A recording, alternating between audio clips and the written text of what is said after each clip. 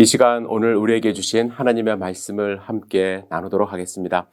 오늘 함께 나눌 말씀은 사사기서 6장의 내용인데요. 먼저 25절부터 27절 3절만 우리 함께 합독하도록 하겠습니다. 같이 읽습니다. 그날 밤에 여호와께서 기드온에게 이르시되 내 아버지에게 있는 수소 곧 7년 된 둘째 수소를 끌어오고 내 아버지에게 있는 바알의 제단을 헐며 그 곁에 아세라상을 찍고 또 이 산성 꼭대기에 내 하나님 여호와를 위하여 규례대로 한 제단을 쌓고 그 둘째 수소를 잡아 내가 찍은 아세라 나무로 번제를 드릴지니라 하시니라. 이에 기드온이 종 10사람을 데리고 여호와께서 그에게 말씀하신 대로 행하되 그의 아버지의 가문과 그 성읍 사람들을 두려워함으로 이 일을 감히 낮에 행하지 못하고 밤에 행하니라. 아멘. 오늘 주실 말씀을 생각하며 잠시 기도드리겠습니다. 사랑과 은혜가 충만하신 아버지 하나님, 주님이 말씀하여 주시옵소서. 주님의 말씀에 아멘으로 화답할 수 있도록 우리 마음밭을 다져주시옵소서. 옥토에 뿌려진 하나님의 말씀이 30배, 60배, 100배의 결실을 맺을 수 있도록 인도하여 주시옵소서. 이 시간을 온전히 주님께 의지합니다. 예수님의 이름으로 기도드렸사옵나이다. 아멘. 오늘 우리가 함께 나눌 사사기서 6장은 사사 기드온이라는 사람에 대한 이야기가 이제 나옵니다. 여러분, 기드온 사사 한 번쯤 들어보셨으리라 생각을 하는데요. 기드온 하면 어떤 이미지가 떠오르시는지요? 저는 먼저 300용사가 이제 떠오릅니다. 많은 사람들이 전쟁에 참여하기 위하여 모였지만 시냇가에서 물 마시는 장면을 보면서 300명만 이제 출연해죠. 그리고 두 번째로 떠오르는 장면은 횃불입니다. 항아리에 횃불을 숨기고 적진에 밤에 몰래 들어가서 이제 항아리를 깨트리죠. 그래서 그 소리에 놀란 적군들이 혼비백산 할 때에 적군을 물리쳐 이기는 그러한 장면이 떠오릅니다. 그래서 저는 기드온 하면 상당히 지혜롭고 용맹 있는 사람으로 각인되었습니다. 특별히 제가 어릴 때 저희 집에 자주 오셨던 오촌 당숙 아저씨께서 성경 만화책을 많이 사다 주셨거든요. 그래서 저는 만화를 보면서 성경을 읽었는데 거기에 그려진 이 기드온의 모습이 정말로 용맹한 모습이 그려졌기 때문에 제 머릿속에는 기드온 하면 용감하고 또 뛰어난 사람으로 각인되어 있습니다. 하지만 오늘 사사기 6장을 읽어보면 기드온이 원래는 그런 성격이 아니었다는 것을 발견합니다. 첫 번째로 기드온은 두려움이 참 많았던 사람입니다. 이 당시 우리가 1절부터 읽어보면 미디안 사람들에 의하여 약 7년간 지배를 받게 되는 상황입니다. 미디안 사람들이 이스라엘 사람들을 어떻게 지배했냐 하면 3절부터 6절까지 함께 읽도록 하겠습니다. 시작. 파종한 때면 미디안과 아말렉과 동방 사람들이 치러 올라와서 진을 치고 가사에 이르도록 토지 소산을 멸하여 이스라엘 가운데 먹을 것을 남겨두지 아니하며 양이나 소나 나귀도 남기지 아니하니 이는 그들이 그들의 짐승과 장막을 가지고 올라와 메뚜기 떼같이 많이 들어오니 그 사람과 낙타가 무수함이라. 그들이 그 땅을 들어와 멸하려 하니 이스라엘이 미디안으로 말미암아 궁핍함이 심한지라. 여러분, 미디안 사람들이 아말렉과 동방 사람들과 함께 치러 올라오는데 언제 올라왔다고 말씀합니까? 추수할 때가 아니라 파종할 때라고 말씀합니다. 파종할 때는 여러분들 아시는 것처럼 씨를 뿌려놓고 이제 막 새순이 올라오는 그때입니다. 추수할 때 들어왔으면 이제 쳐들어왔으면 먹을 것이라도 추수한 것 조금이라도 이제 숨겨 놓을 텐데 파종한 씨가 막 자라나 새순을 낼 때에 짐승과 함께 올라와서 짐승들이 그 싹을 다 잘라먹는 거예요. 그래서 토지 소산을 멸하게 되는 것입니다. 그래서 추수할 것이 없게 되는 거예요. 그래서 궁핍에 궁핍을 더하는 상황입니다. 그래서 이스라엘 사람들은요, 산 위로 올라갑니다. 도저히 평지에서 못 살겠다. 그래서 웅덩이와 굴과 산성을 만들어 피난살이를 했다고 말씀을 합니다. 그리고 기드온은요, 그 수확물을 어떻게 구했는지 가까스로 구한 그 수확물을 이제 곡식을 털어야 되지 않습니까? 그 털 때에 혹시 나락이 날아가서 미디안 사람들에게 발견될까 봐 이 타작을 타작 마당에서 하지 못하고 포도주 틀에서 하는 거예요. 여러분, 타작이라는 것은 넓은 마당에 이렇게 때리면서 껍질이 벗겨져서 이제 껍질이 바람결에 날아가야 하는 거 아닙니까? 그런데 감히 그러질 못하니까 좁은 포도주 틀에 들어가서 이제 타작을 하는 거예요. 여러분, 그 모습을 상상해 보십시오. 미디안 사람들이 그 남아있던 조금의 곡식도 약탈할 것을 두려워하여 좁은 포도주 틀에서 곡식을 타작하며 근근히 생활하고 있었던 것이에요. 기드온은, 그리고 이스라엘 백성들은 미디안 사람들을 몹시 두려워했습니다. 기드온은 미디안 사람들을 두려워했을 뿐만 아니라 가문과 성읍 사람들도 두려워했습니다. 오늘 우리가 함께 읽은 본문의 그 배경인데요. 하나님은 기드온에게 첫 번째 미션을 주십니다. 25에서 26절 오늘 읽은 본문 다시 한번 읽겠습니다. 그날 밤에 여호와께서 기드온에게 이르시되 내 아버지에게 있는 수소 곧 7년 된 둘째 수소를 끌어오고 내 아버지에게 있는 바알의 제단을 헐며 그 곁에 아사르상을 찍고 또 이성 꼭대기에 내 하나님 여호와를 위하여 규례대로 한 제단을 쌓고 그 둘째 수소를 잡아 내가 찍은 아세라 나무로 번제를 드릴지니라 하시니라. 기드온은 하나님이 주신 이 미션을 수행하기 위하여 10명의 종을 데리고 이제 미션에 나섭니다. 그리고 여호와께서 그에게 말씀하신 대로 행하기는 행하는데 오늘 본문에 보면 그의 아버지의 가문과 그 성읍 사람들을 어떻게 했다고요? 두려워함으로 이 일을 감히 낮에 행하지 못하고 밤에 행했다고 말씀합니다. 기드온은 하나님이 명령하신 미션을 수행하는데도 불구하고 사람들을 두려워했습니다. 아버지의 가문과 성읍 사람들이 자기를 죽일까 봐. 그리고 기드온은 하나님을 두려워했어요. 하나님의 사자가 기드온에게 나타났습니다. 12절에 보시면 큰 용사여 여호와께서 너와 함께 하시도다 라고 하나님의 사자가 이야기를 해요. 여러분 같으면 하나님의 사자가 나타나서 여러분에게 큰 용사여 라고 말하면 그 기분이 어떨까요? 주여 감사합니다. 저에게 큰 영광입니다. 말씀하여 주시옵소서. 제가 무엇을 하리이까? 우리는 그렇게 할 텐데, 그죠? 그런데 기드온은요, 처음에 하나님의 사람이라는 것을 믿지 못합니다. 그래서 하나님의 사자에게 비꼬듯이 말합니다. 13절 같이 읽겠습니다. 기드온이 그에게 대답하되 오 나의 주여 여호와께서 우리와 함께 계시면 어찌하여 이 모든 일이 우리에게 일어났나이까? 또 우리 조상들이 일찍이 우리에게 이르기를 여호와께서 우리를 애굽에서 올라오게 하신 것이 아니냐 한 그 모든 이적이 어디 있나이까? 이제 여호와께서 우리를 버리사 미디안의 손에 우리를 넘겨주셨나이다 하니 단단히 화가 난 거예요. 삐진 거예요. 좁은 포도주 틀에서 지금 타작하고 있는 자기의 꼴이 우스운 것이죠. 그러니까 하나님이 지금 어디 있습니까? 우리와 함께하고 있다면 우리가 이 꼴을 당하고 있습니까? 라고 비꼬면서 이야기하는 것입니다. 그래서 만약에 지금 이야기하시는 분이 주 맞다면, 여호와가 맞다면 표징을 보여달라고 합니다.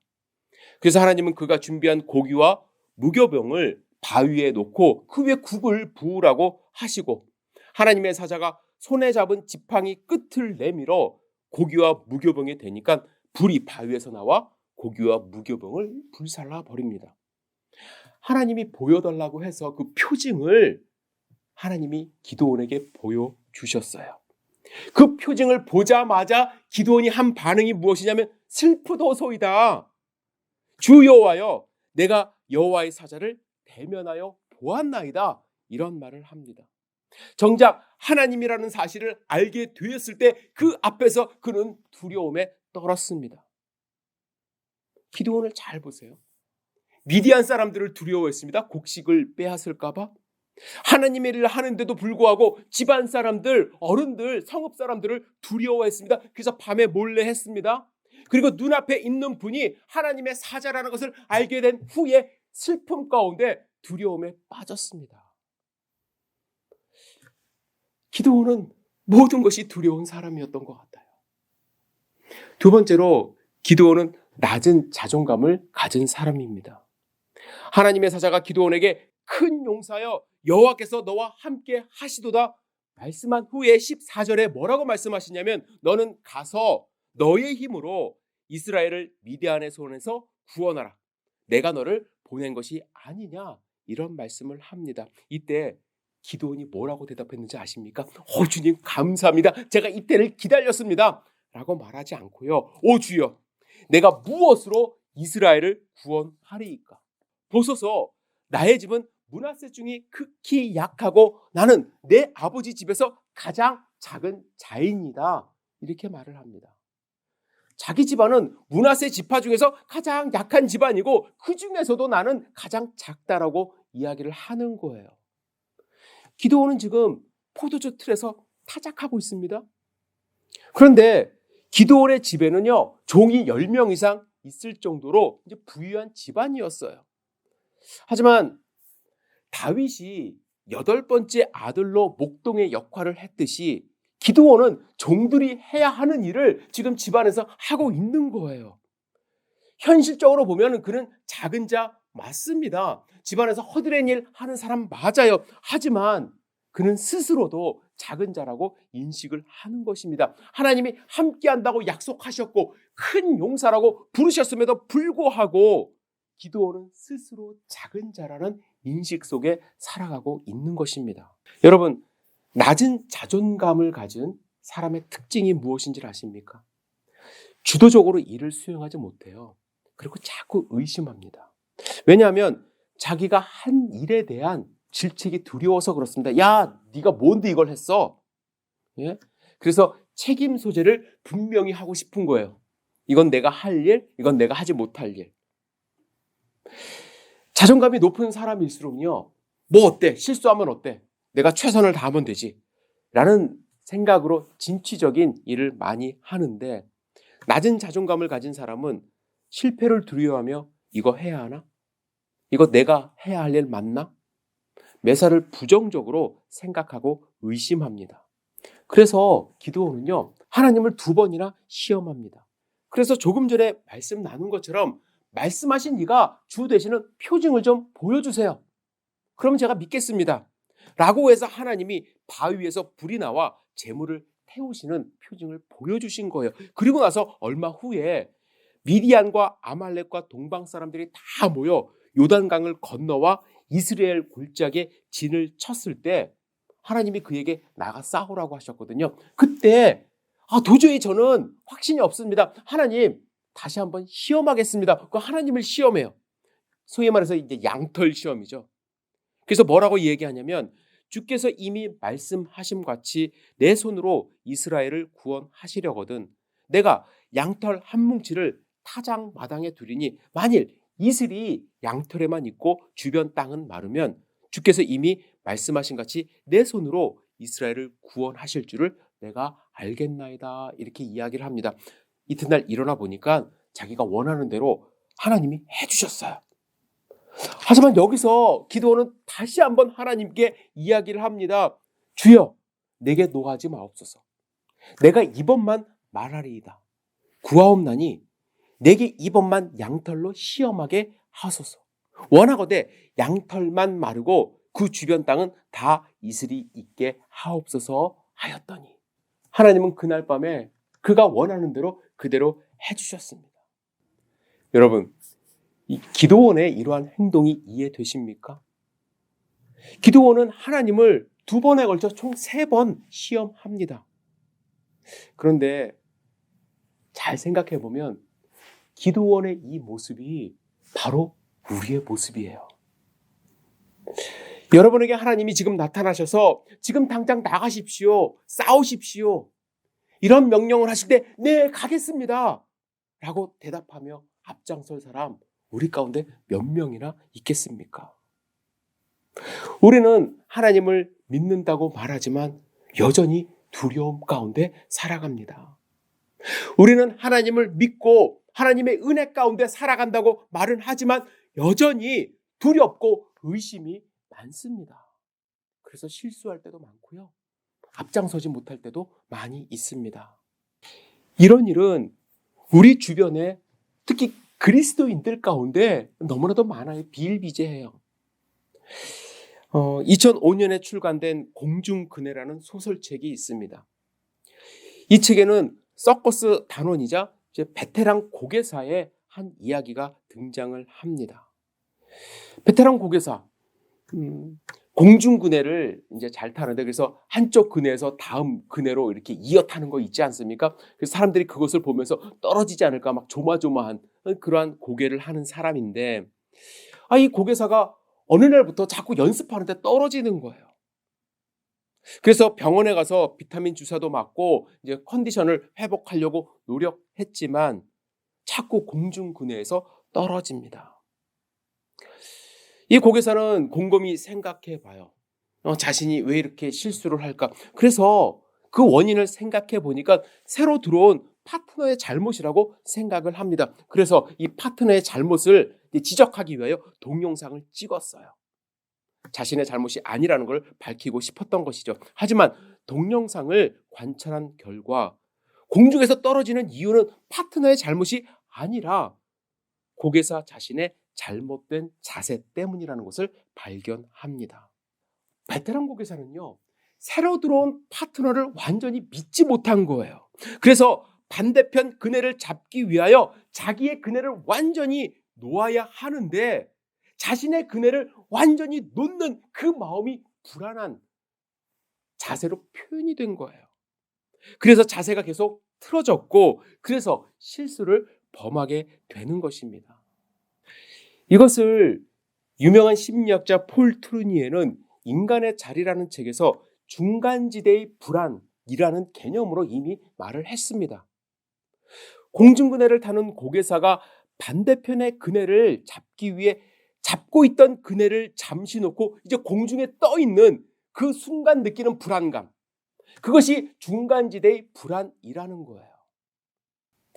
그때 불안감을 느끼기 시작하면 두려움이 찾아오고 그래서 자꾸 자신이 낮아지고 의심하게 되고 그래서 자세가 흐트러져서 다음 그네를 잡지 못한다는 거예요.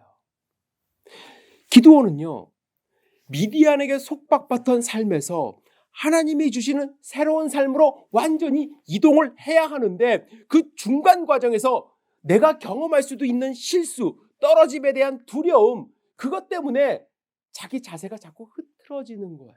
남을 의심하게 되고 두려움에 계속 쌓이게 되는 것입니다. 하나님이 큰 용사여라고 말을 해도 그것이 다가오질 않는 거예요. 여러분, 우리는 죄와 사망의 권세로부터 해방된 자들입니다. 이제 과거에 얽매였던 끈을 완전히 끊어버리고 자신 있게 새로운 삶의 새 줄을 잡아야 하는 거예요. 그것을 향해 두려움 없이 날아가야만 합니다. 그런데 그 과정이 막 불안한 거예요. 과거 끈 놓고 있다가 저 새 줄 못 잡으면 어떡하나.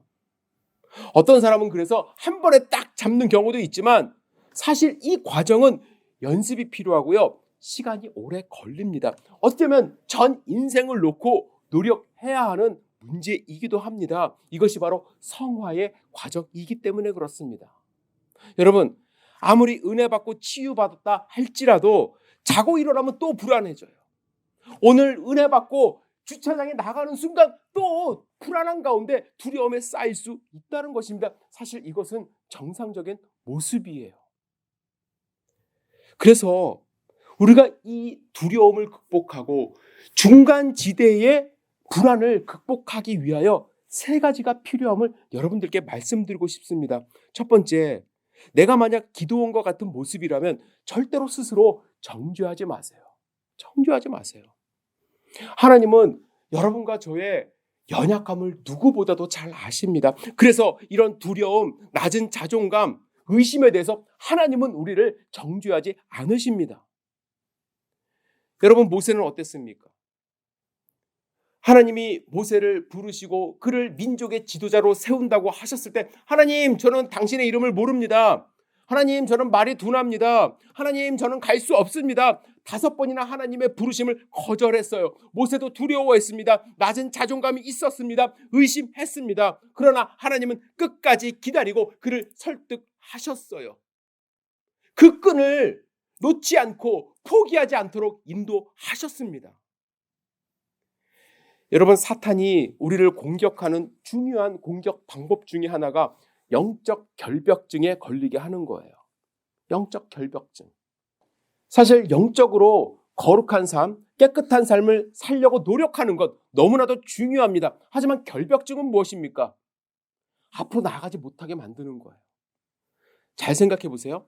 물건을 짚는 것, 다른 사람의 손을 만지는 것, 사람을 만나는 것, 어디 새로운 장소에 가는 것, 결벽증 있는 사람들은 잘 못하게 만들어요. 힘들게 만들어요. 두려움에 빠지게 만듭니다. 영적으로 사탄은요, 결벽증에 걸린 사람들에게 이렇게 이야기합니다. 네가 영적으로 깨끗하지 못한데 어떻게 하나님의 일 할 수 있겠니? 내 자신을 돌아봐. 너 깨끗하지 않아. 난 만날 수 없어. 하나님의 일 할 수 없어. 너 자신이나 깨끗하게 해. 그래서 자꾸 주저앉게 만들고 하나님을 의심하게 만들고 스스로 정죄하게 만들면서 기쁨을 빼앗아 갑니다. 항상 불안하게 만들어요. 손 계속 씻는 사람들처럼. 영적 결벽증, 영적인 병이에요. 하나님은 영적으로 완벽한 사람을 사용하지 않으세요. 이 세상에 의인은 없나니 하나도 없다고 하나님이 말씀하셨어요. 우리를 사용하세요. 그럼에도 불구하고 사용하십니다. 스스로 정죄하지 마세요. 스스로 두려워하지 마세요.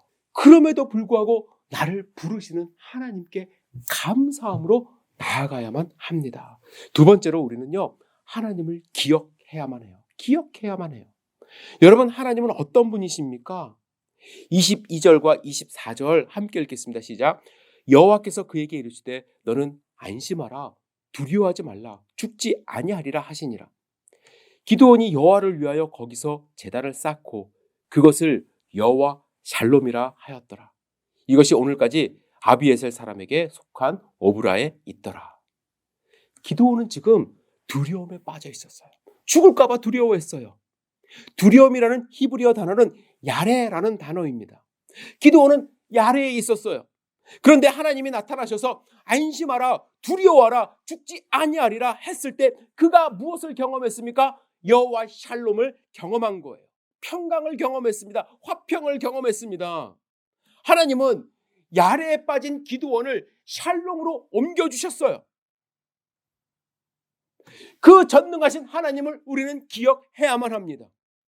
다윗이 골리앗과 싸울 때에 사울왕 앞에서 당당히 말합니다. 주의 종이 사자와 곰도 쳤은즉 이 할례 받지 않은 블레셋 사람 이리이까. 남들은 몰라도 나는 이미 경험해봐서 안다라는 거예요. 하나님이 위기의 순간에 나를 어떻게 이기게 하실지 나는 이미 경험해 봤기 때문에, 그것을 기억하기 때문에 하나님의 능력으로, 하나님의 힘으로 나아갈 수 있다는 것입니다. 지금 기드온에게 필요한 것은 무엇입니까? 큰 용사로 부르신 하나님을 기억해야 하는 거예요. 내가 의심했을 때 재물을 태워주신 하나님을 기억해야 하는 거예요.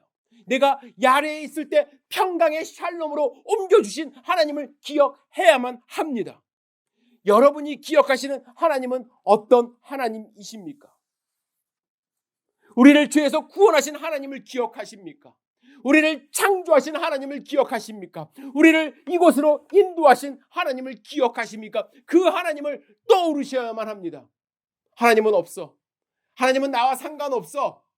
라는 생각을 할 때에 우리는 두려움에 사로잡힐 수밖에 없는 것이죠. 마지막으로 성령 충만함을 사모하십시오.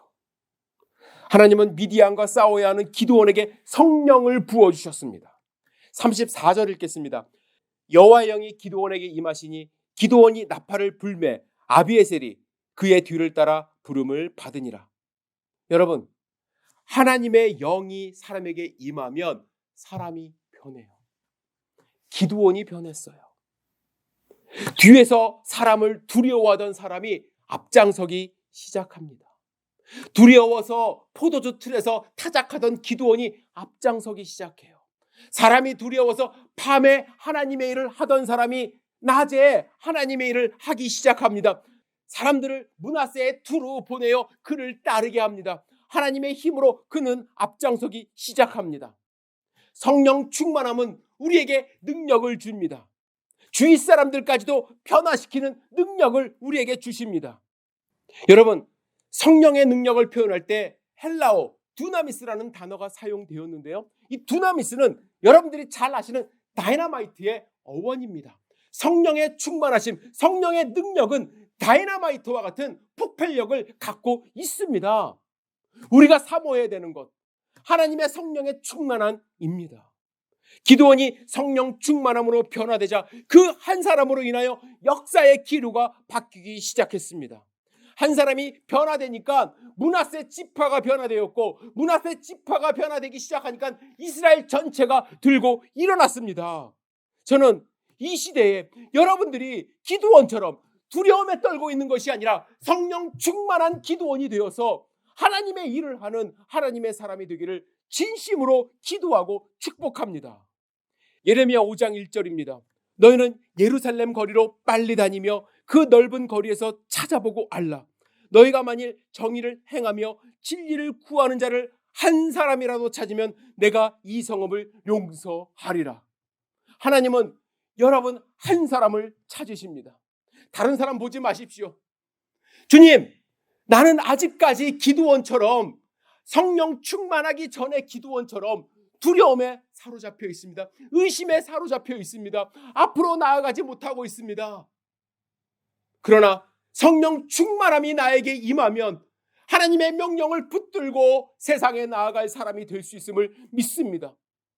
여러분, 우리가 기드온이 될 수 있습니다. 우리가 횃불을 들고 나아가는 용사가 될 수 있습니다. 여러분들이 사회를 바꿀 수 있고, 이 교회를 바꿀 수 있고, 이 지역을 바꿀 수가 있습니다. 그 사실을 믿으십니까? 그렇다면 성령 충만을 위해서 기도하시기를 부탁드립니다. 하나님이 여러분들과 함께 한다는 그 사실을 잊지 마시기를 부탁드립니다. 그러면 하나님이 큰 용사로 여러분들을 세우시고 여러분들과 함께 하실 것입니다. 기도하겠습니다. 전능하신 주님, 이 세대에 필요한 한 사람이 될 수 있도록 인도하여 주시옵소서.